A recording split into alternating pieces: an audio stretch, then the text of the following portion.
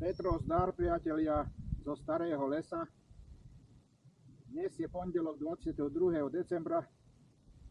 Vyšli sme si s kamarátom, s Marianom od 15. hodiny. Máme nahodené, že vraj po zotmení je aktivita, tak sme zvedaví. Tak pokúsime sa, či to bude aj dneska.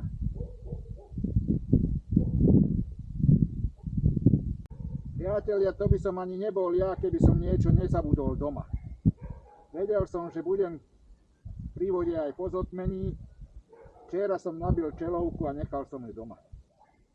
Takže som slepý, jak patrón. Priatelia, tak je 17 hodín. Od 3. iba malé zobance, alebo to bol aj vietor, že mi píplo. Dal som backlit. Pred chvíľou mi trošku píplo, ale to je nič. Tak ešte takú hodinku pobudnem. Ináč zima nie je, ale bez rukavíc mi odmrznú prsty.